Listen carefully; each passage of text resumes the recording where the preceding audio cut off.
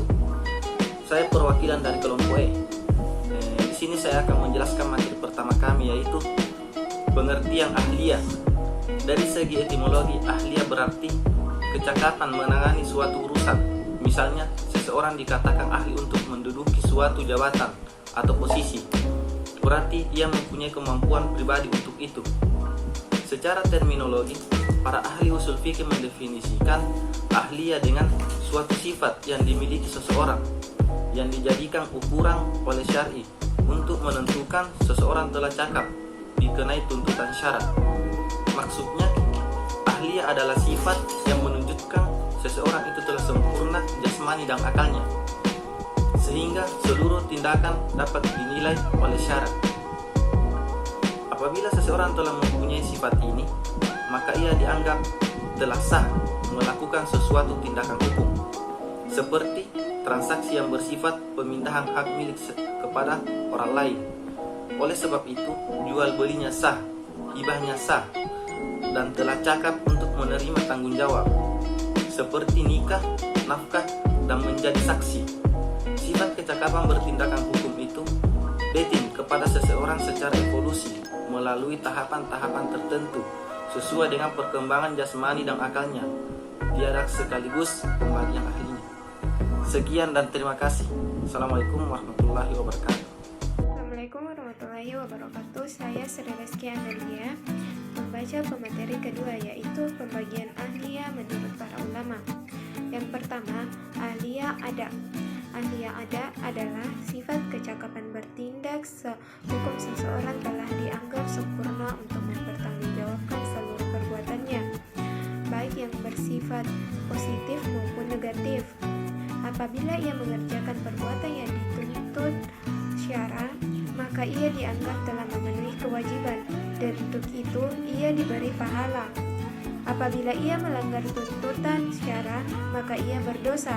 Karena itu ia telah cakap untuk menerima hak-hak dan kewajiban.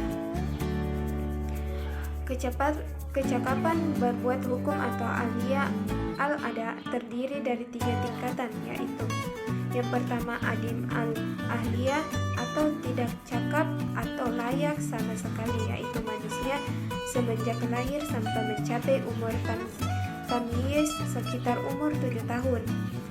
Kedua, ahliya al-ada an-nakisah atau cakap berbuat hukum secara lemah, yaitu manusia yang telah mencapai umur tamyiz kira-kira 7 tahun sampai batas dewasa. Ketiga, ahliya al-ada kamilah atau cakap berbuat hukum secara sempurna, yaitu manusia yang telah mencapai usia dewasa.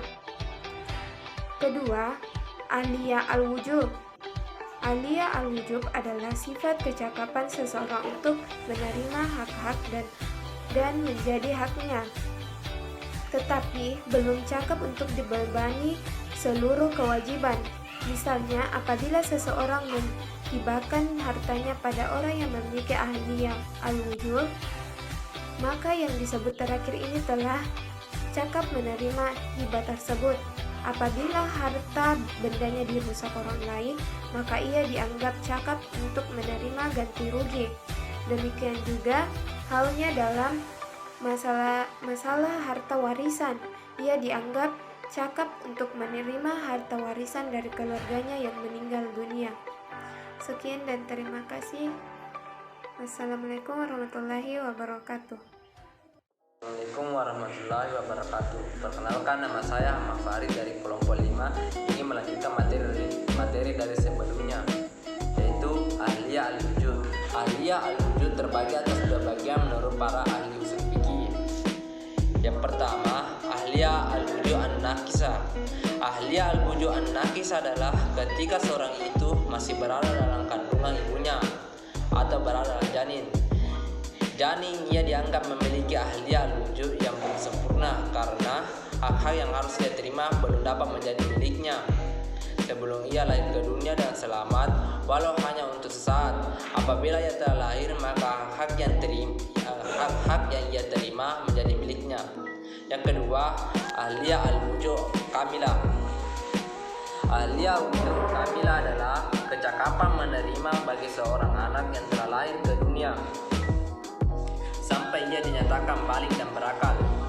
Sekalipun akalnya masih kurang seperti orang gila dalam status ahliya al-wujud atau sempurna atau tidak, seseorang tidak dibebani tuntutan syara baik yang bersifat ibadah seperti sholat dan puasa maupun tindakan-tindakan hukum duniawi seperti transaksi yang bersifat pemindahan hak milik. Sekian. Assalamualaikum warahmatullahi wabarakatuh. Perkenalkan, nama saya Syawarudin, NIM 90500121076. Di sini saya akan membawakan materi tentang pengertian awarid ahliyah. Baik, langsung saja. Awarid ahliyah adalah gangguan atau halangan yang menimpa ahliyah yang dimaksud manusia, baik gangguan itu menimpa ahliyahul wujud, orang yang berhak dan kewajiban, maupun yang menimpa ahliyatul. Ada kepantasan seseorang untuk diperhitungkan oleh syara. 1. Awarid samawiyah, yaitu halangan yang datang dari Allah bukan disebabkan perbuatan manusia seperti gila, dugong perbudakan, pada maut, sakit yang berlanjut dengan kematian, dan lupa. Kedua, awarid muktazabah, yaitu halangan yang disebabkan perbuatan manusia itu sendiri seperti mabuk, terpaksa, bersalah, berada di bawah pengampunan, dan bodoh. Perkenalkan, nama saya Miftahul Sakinah Nisbal, NIM 90500121074. Kedua bentuk halangan tersebut sangat berpengaruh terhadap tindakan-tindakan hukumnya, yakni adakala bersifat menghilangkan sama sekali, mengurangi atau mengubahnya. Oleh karena itu, mereka membagi halangan tertindak hukum itu dilihat dari segi objek-objeknya dalam 3 bentuk. Yang pertama, halangan bisa menyebabkan kecakapan seseorang bertindak hukum secara sempurna hilang sampai sama sekali, seperti gila, tidur, lupa, dan terpaksa. Hal itu didasarkan pada sabda Nabi Muhammad SAW, diangkatkan atau pembebanan hukum dari umatku yang tersalah, terlupa, dan terpaksa. Hadis riwayat Ibnu Majah dan Tabrinah. 2.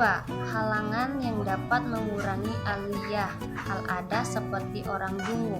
Orang seperti ini ahliyah al-ada tidak hilang sama sekali, tetapi bisa membatasi sifat kecakapannya dalam bertindak hukum. Maka tindak hukum yang sifatnya bermanfaat untuk dirinya dinyatakan sah, namun yang merugikan dirinya dianggap batal. 3. Hal yang sifatnya dapat mengubah tindakan hukum seseorang seperti orang utang, pelit di bawah pengampunan orang lain, dan bodoh. Sifat-sifat tersebut sebenarnya tidak mengubah ahliyah al-ada seseorang, tetapi beberapa tindakan hukumnya yang berkaitan dengan masalah harta dibatasi.